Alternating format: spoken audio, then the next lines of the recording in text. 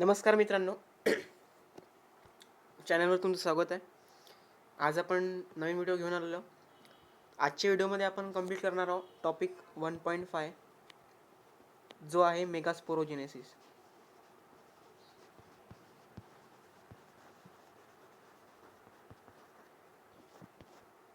Okay, चला आपण चालू करूया मेगास्पोरोजेनेसिस. सगळ्यात पहिले डेफिनेशन बघून घेऊ. काय? It is the process of formation of haploid megaspores from diploid megaspore mother cell. Process of formation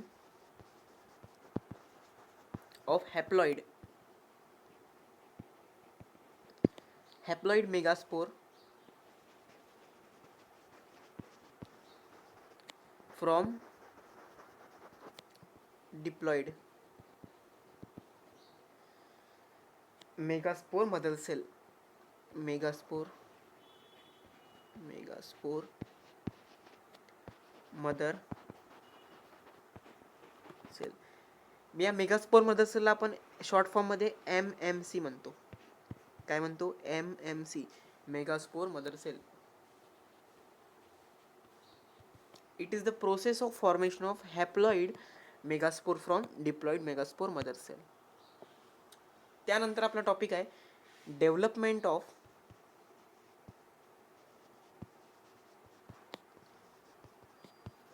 female गमिटोफाइट.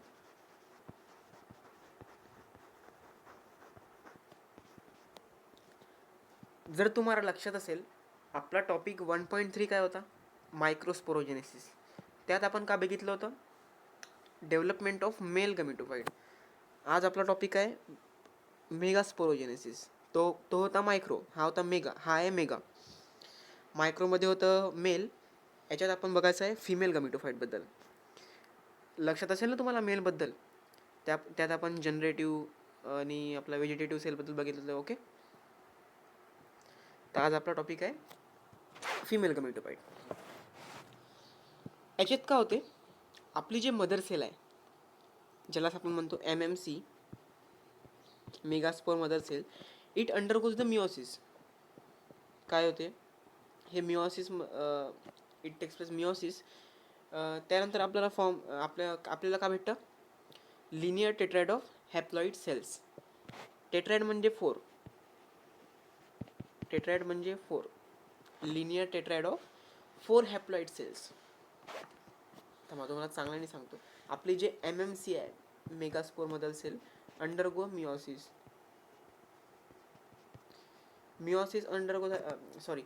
It undergoes meiosis. आपल्याला काय भेटतं मग? लिनियर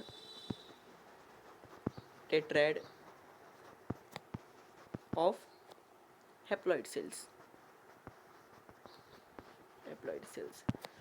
ज्याला आपण म्हणतो linear tetrad of haploid cell, ज्याला आपण म्हणतो मेगास्पोर. ओके, इतकं समजलं? This is megaspore mother cell. Okay, आपली जी मेगास्पोर मदर सेल आहे ही मिओसिस अंडरगो जाते. त्यानंतर आपल्याला भेटते linear tetrad of haploid cells. Tetrad म्हणजे 4 हॅप्लॉइड सेल भेटतात आपल्याला. 4 हॅप्लॉइड सेल भेटतात. 4 हॅप्लॉइड सेल. 4 हॅप्लॉइड सेल भेटतात आपल्याला. This is the nucleus inside it. याच्यात काय होते माहिती आहे का? हे जे 3 असतात, पहिलेचे 3, they are not functional. They abort. काय होते? दे गॉट अबॉर्ट, म्हणजे ते कॅन्सल आउट होऊन जाते. आणि जो आपला जो 4th आहे, it is the functional. It remains functional. जे आपले पहिले 3 राहतात. लिनियर टेट्राइड म्हणजे काय? टेट्राइड म्हणजे 4 ना. टेट्राइड म्हणजे 4, म्हणून 1 2 3 4, 1 2 3 4. तर त्या 4 मधून पहिले 3 got abort. They got cancelled because of functionless their behaviour. त्यानंतर जो आपला 4th आहे, इट रिमेन्स फंक्शनल. ओके, आणि जो आपला फंक्शनल सेल आहे, it acts it act as first, थांबा 2 मिनटं इरेज करतो मी.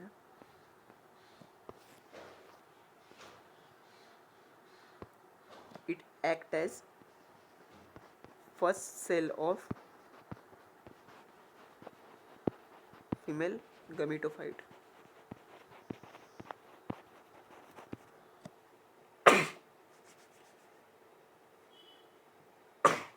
Sorry, it act as the first cell of female gametophyte. कोणचा? जो आपला जो आखरी सेल आहे तो. इतकं समजलं का तुम्हाला? यानंतर आपण या सेलबद्दल बघणार आहोत.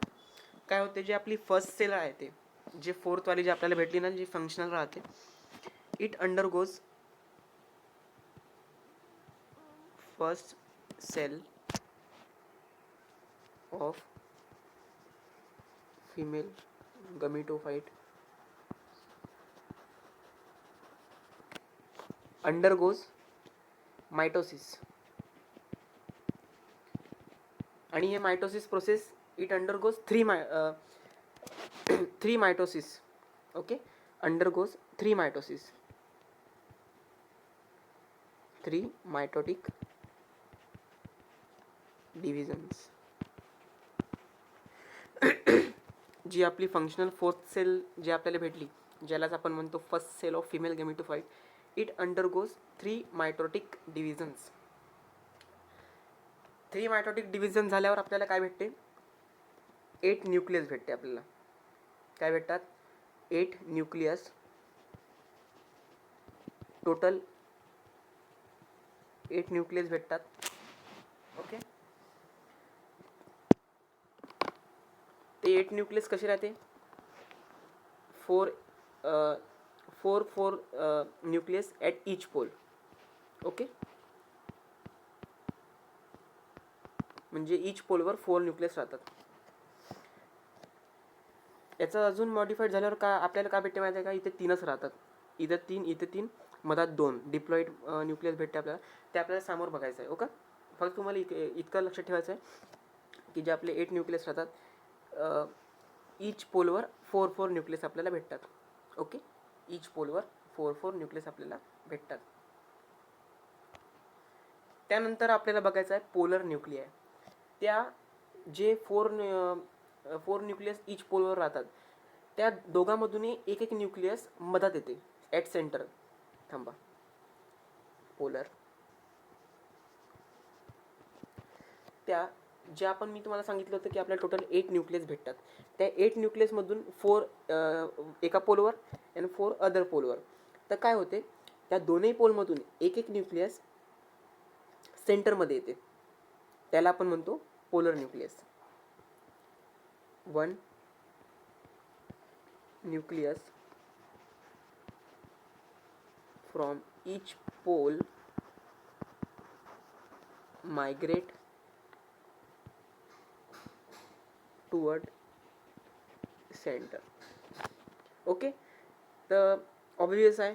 पहिले काय होते, एक ईच पोलवर पहिले किती होते? 4 म्हणजे 4 वरती 4 खाली. तर ते प्रत्येकामधून एक मदत आले. म्हणजे आता ईच पोलवर किती राहणार? एका पोलवरून 1 आला तर राहिले 3. मग खालच्या पोलवरून सेंटरमध्ये आला राहिले 3. म्हणजे ईच पोलवर आता आपल्याला भेटणार आहे 3 means 6 nucleus on each pole and 2 nucleus at centre. म्हणजे टोटल 8 न्यूक्लियस आपल्याला भेटणार. समजलं तुम्हाला कन्सेप्ट? पोलर न्यूक्लिय कोणता? पोलर न्यूक्लिय कशाला म्हणतो आपण? From each poles, from each 4 nucleus present at the pole, 1 nucleus come to the migrate to the centre.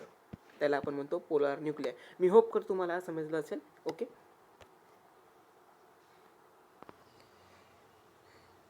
यानंतरचा concept काय आहे पहा. पहिले आपल्याकडे होते 4 न्यूक्लियस ॲट ईच पोल. त्यातून मग एक सेंटरमध्ये गेला तर आपल्याकडे आता 3 आहेत. त्या तीन मधून 2 आर सिनर्जिड सेल.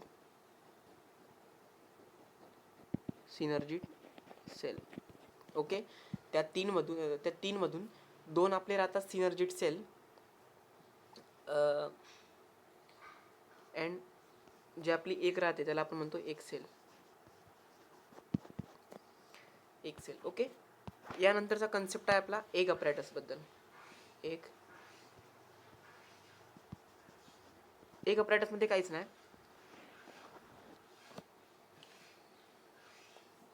आपला जो न्यूक्लियस आहे त्याच्या ज्या मायक्रोपायलर एंडमध्ये आपल्याला 3 सेल मिळतात. It is supported bye egg apparatus. Okay, या तिघाला आपण म्हणतो egg apparatus.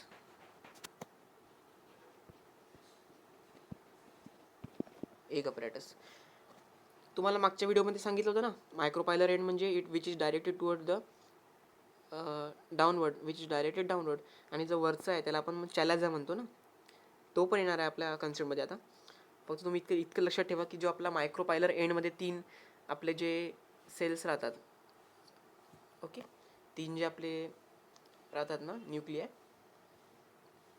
Which that is supported by त्या तिघाला आपण कंबाईनली म्हणतो एग अपॅरेटस. मग त्या एग अपॅरेटसमधून 2 राहतात, एक सिनर्जिड्स जे आपण मागच्या स्लाइडमध्ये बघितलं, आणि 1 is haploid egg cell. This is synergid, haploid egg cell. Okay, इतकं समजलं का? ओके, त्यानंतर काय आहे, जे सिनर्जिड सेल राहतात, synergid, it shows the hair like projection. Synergid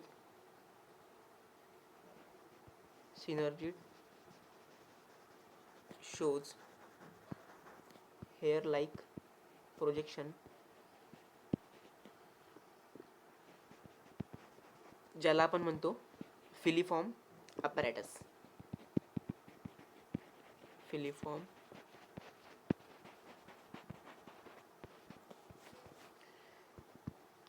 ते जे आपले सिनर्जी सेल असतात ना 2, एक अपॅरेटसमधून, एक अपॅरेटस म्हणजे 3 सेल, त्या तिघामधून 2 आहे आपले सिनर्जिड सेल आणि एक आहे आपला एक आपला एक आहे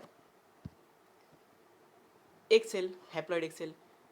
त्यातून मग जे सिनर्जिड असतात, it shows the hair like projection, म्हणजे असे हेअर लाईक प्रोजेक्शन, ज्याला आपण म्हणतो फिलिफॉर्म ॲपॅरेटस. लक्षात ठेवायचं का, filiform apparatus is the hair like projection shown by the synergid cell. Okay, मी होप करतो इथपर्यंत तुम्हाला समजलेलं आहे. काही डाऊट असेल तर तुम्ही कमेंट सेक्शनमध्ये सांगू शकता. हे झालं आपल्याला मायक्रोपायलर एंडमध्ये आपण बघितलं. आता आपल्या जे हा काय होता आपला मायक्रोपायलर एंड, हा काय होता चलाझा, चलाझल, ज्याला आपण म्हणतो चलाझल एंड. चलाझल एंडवर काय असतात, अँटीपोडल सेल्स. सॉरी स्पेलिंग चुकली, 2 मिनिट. अँटीपोडल सेल मायक्रोपायलर एंडवर असतात. कोणचे असतात, एग अपॅरेटस. आणि चॅलाझल एंडवर असतात, त्याला आपण म्हणतो अँटीपोडल सेल. ओके, समजलेत का? बस चॅलाझल एंडबद्दल तुम्हाला इतकाच लक्ष ठेवायचं आहे. याच्यात काही अजून स्पेसिफिक नाही, जसं मायक्रोपायलर एंडबद्दल होतं. बस तुम्हाला लक्षात ठेवायचं आहे की चॅलाझल एंडवर जे सेल असतात त्याला आपण म्हणतो अँटीपोडल सेल्स. त्यानंतरचा कन्सेप्ट आहे, आता लक्षात ठेवा, जे आपण पहिले काय बघितलं होतं, आपले चार आपले न्यूक्लियाय इच पोलवर होते. ओके, 4 आपले होते ना न्यूक्लिया इच पोलवर. तर त्याच्यातून काय झालं, प्रत्येक पोलवरून एक न्यूक्लिया मदत आला. म्हणजे आता राहिले 3 वरती 3 खाली. त्या 3 मधून जे 2 सेंटरमध्ये आले त्याला आपण म्हणतो पोलार न्यूक्लिया. या पोलार न्यूक्लियाचं होते फ्युजन. पोलार न्यूक्लिया फ्यूज्ड आणि काय बनते मग, डिप्लॉइड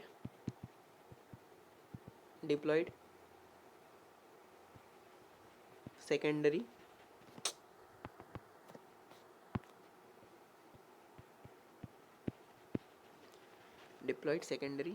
न्यूक्लियस, ज्यालाच आपण म्हणतो, नेक्स्ट स्लाइडवर सांगतो, डेफिनेटिव्ह न्यूक्लियस. डेफिनेटिव्ह.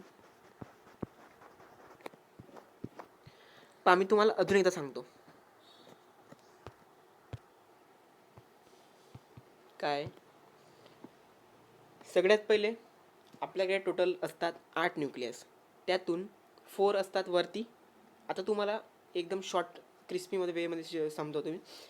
टोटल असतात आपल्याकडे 8 न्यूक्लियस. त्या 8मधून 4 असतात वरती, 4 असतात खाली. त्या 4मधून प्रत्येक पोलवरून एक न्यूक्लियस येते मधात. त्याला आपण म्हणतो पोलार न्यूक्लिय. ऑब्वियस आहे, एक वरतून आला, एक खालून आला, फ्यूज झाल्यावर बनणार डिप्लॉइड. ओके, त्यालाच आपण म्हणतो डिप्लॉइड सेकंडरी न्यूक्लियस. त्याचं दुसरं नाव आहे डेफिनेटिव्ह न्यूक्लियस. होप करतो तुम्हाला इतकं समजलं असेल. ओके, आता आपलं नेक्स्ट टॉपिक आहे embryo sac. It is the 7 celled and 8 nucleated structure. 7 celled and 8 nucleated. आता 7 सेल्ड आणि 8 न्यूक्लियस कसा आहे सांगतो. वरती आहे 3, खाली आहे 3. त्या प्रत्येकाचे न्यूक्लियस. आता तुम्ही डायग्राम मी एकदम क्लिअर नाही काढू शकत, तरी काढून पाहू आपण. न्यूक्लियस. ओके,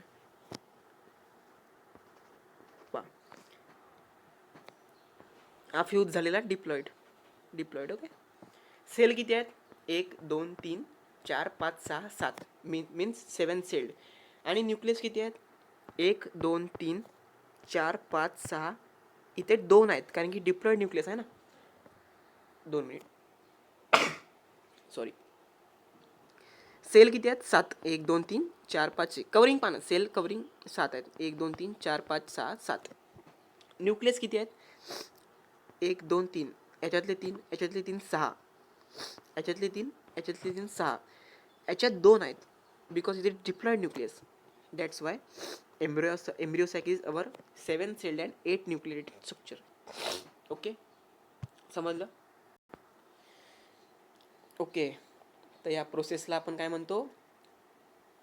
ॲट एंड आपल्याला काय भेटते? Embryo sac. तर formation of embryo sac from single megaspore is called as monosporic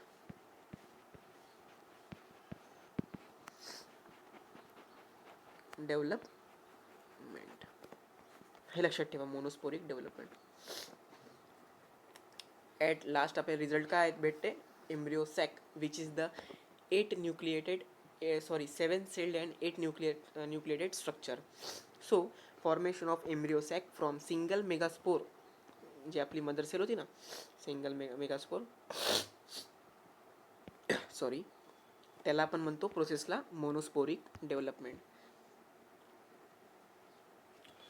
त्यानंतर काय, एंजिओस्पर्म मध्ये काय असते? एंजिओस्पर्म मध्ये काय असते? जी आपली डेव्हलपमेंट असते फिमेल गॅमेटोफाइटची, it is endosporous. In angiosperm the development of female gametophyte is एंडोस्पोरस.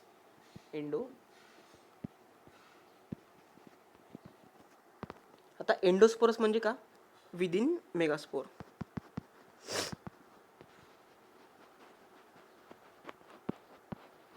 In angiosperm, the development of female gametophyte is endosporous. Within endosporous. त्यालाच आपण म्हणतो, सॉरी, काय म्हणताय मी? In angiosperm, the development of female gametophyte is endosporous. ज्यालाच आपण म्हणतो within megaspore. Okay. एंजिओस्पर्म्स हे जे female gametophyte असते, female gametophyte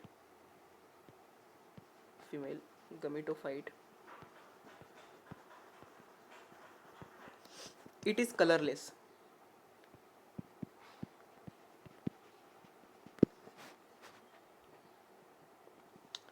it is एंडोस्पोरिक.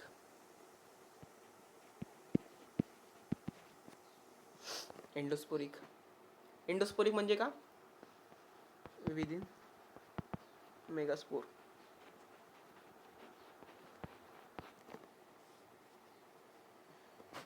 concealed in ovule. concealed in ovule. आणि ओव्ह्यूल कशात असते? Ovule present in ovary. बस आपला पार्ट झालेला आहे कंप्लीट. आपला जो फिमेल गमेटोफाइट आहे इट इज कलरलेस.